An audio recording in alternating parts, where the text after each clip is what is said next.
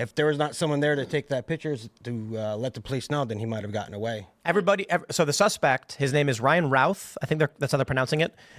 He says in this book where he was talking about the assassination of Trump, which is creepy, that he's not a Democrat or Republican. But I just want to point this out.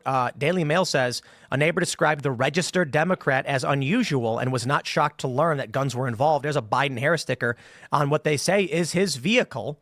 And they say he was a registered Democrat. And he's apparently donated over, I think it's something like 19 times to Democrat causes. I mean, he can say whatever he wants, but his actions are pretty clear in which direction he was leaning. I think it's interesting that he could have been there for 12 hours. One of the other reports I was reading was saying, there's a chance that even though this guy is apparently from Hawaii, that he had tried to get onto the golf course before just to see what security is like. So even though we're hearing from Secret Service that this was sort of an off-schedule event, there wasn't a formal plan for Trump to be there. It was sort of maybe a last minute. They came up with the security I'm sure they have security protocol in place for him golfing. He golfs all the time. But it is interesting that somehow he would either get information that this was happening so last minute or somehow have been in the know enough to just be laying there and wait and get lucky. Yeah, we have apart from the donations too, before obviously social media websites scrubbed his accounts, people were, screenshotting. He was rabid,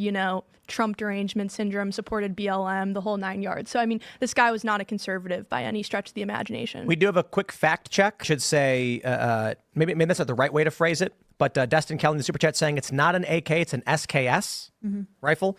I'm not surprised the media got it wrong. So I will trust a random man super chatting into this show as a viewer who I believe this person is more correct, has a higher probability of being correct than the corporate press. Well, especially the New York Post. If you remember in the aftermath of the breaking news that this was happening, the New York Post reported that it was actually just two people firing at each other, had nothing to do with Trump, wasn't an assassination attempt. Of course, that turned out to be fake news. So don't trust the New York Post. It was two people firing each other. It was just a Secret Service agent firing at a gunman who was... Well, he didn't fire back, though. He didn't fire back, yeah, true. So the initial reports were that he fired, they fired back. Now they're reporting he did not fire, they fired on him, he fled.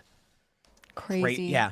Now, a lot of people are ragging on the Secret Service. I want to praise and commend them.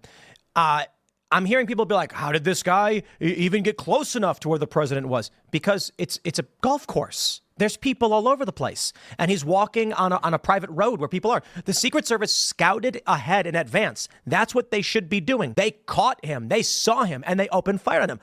I mean, sounds like the Secret Service actually did their job. I don't want to say went above and beyond.